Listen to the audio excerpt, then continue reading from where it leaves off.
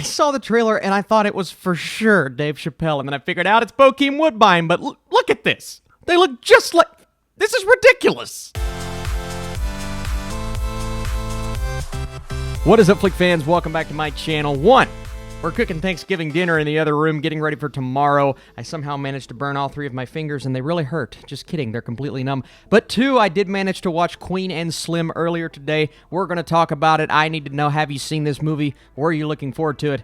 And let's talk about it. So, a couple's first date takes an unexpected turn when a police officer pulls them over, directed by Melina Matsoukas. This is Queen and Slim. God, they hurt so bad. Okay, let's talk Queen and Slim. So, this is a film, 1, that I keep wanting to say clean and swim, but it's Queen and Slim. But 2, I was looking forward to because I really enjoyed the trailer. It's more of the pacing and the editing of the trailer, but the story looked interesting as well. The real selling point for this movie is Daniel Kaluuya. He is fantastic in basically everything that he does, but it is a story that we've seen before, especially over the last couple of years. It feels like they continue to do stories like these, whether they're based upon a true story, kind of like this one was, or if it's based on fictional storytelling. Now, if you're going to ask Austin, did you see the IMDb score? Yes, I did.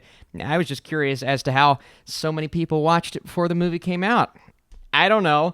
But I put that stuff aside. I just look at the movie for what it intends to do and how well it executes on those things. Now, it is one that I was a bit worried when it comes to, slapping you in the face with a particular narrative. It's like, you have to believe this. There's no this way or the other way. You're going to believe in exactly what we're telling you, and that's one thing I thought this story could potentially do, but it did not end up going in that direction. I thought the direction of the film was really well handled, and I think a lot of it does have to do with the script, absolutely, but it's these 2 leads, man. Like I said, Daniel Kaluuya, who is always good, but Jodie Turner-Smith. This is one of her first credits on IMDb feature-length films, and she was fantastic. Their chemistry drives this movie. They take you on this journey, this adventure. A very different adventure than what a lot of people are expecting, and we'll talk about that. But I also want to talk about the direction from Melina Matsoukas, who, Master of None, the Netflix show, a few commercials here and there, and some Beyonce music videos, but never a feature film.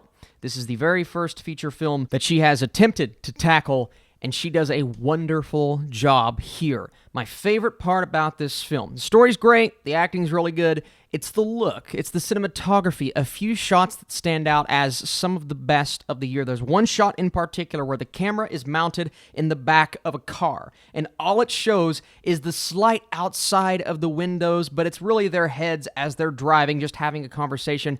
But they don't just continue to have the conversation until the dialogue runs out and then they cut to the next scene. No, they let us sit and watch these characters pause in mid-conversation, breathe, look around, look at each other. It feels so genuine and so real. It's not just this movie banter, it's this back and forth that makes it fly by, and it feels authentic, it feels real, and that shot goes on for quite a while, and it allows the audience to sit back and really soak in what's happening, and there are so many moments throughout the film. I mentioned Bokeem Woodbine or Dave Chappelle, I don't know, it's ridiculous how similar these 2 guys look, but Woodbine is really good. His character is one of the more interesting characters of the film. I want a movie on this guy, because I want to know, where did you come from? How is he involved with certain things in her life? And we get those answers throughout the movie. I'm like, whoa, okay. But there's this deeper layer of emotion. I think without an actor like Bokeem Woodbine's talents, that would not have been conveyed as well as it was, I guess. And this story is one that I think a lot of people are going to be expecting a lot of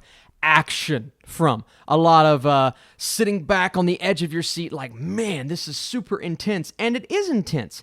But it's intense more because of the quiet moments. It's intense more because of the legacy that these 2 characters leave behind and the revolution that begins in their stead because of what they did.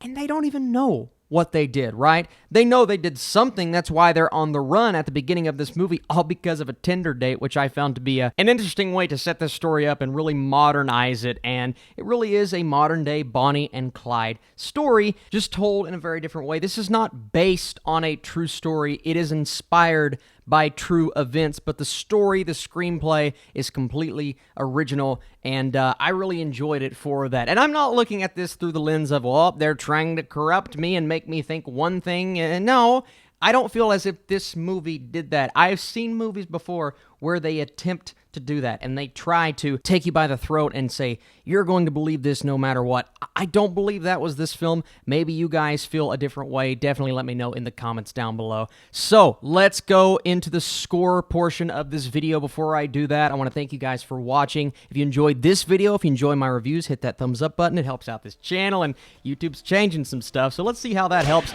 I'm going 80% for Queen and Slim. I thought this was a great movie, man. It's not one of those that's going to make my top 15, 20 films of the year, just because there have been so many fantastic movies this year, but I thought it was really well done, really well executed, and the acting was top-notch. Daniel Kaluuya, dude, just be in every film. I would really appreciate that.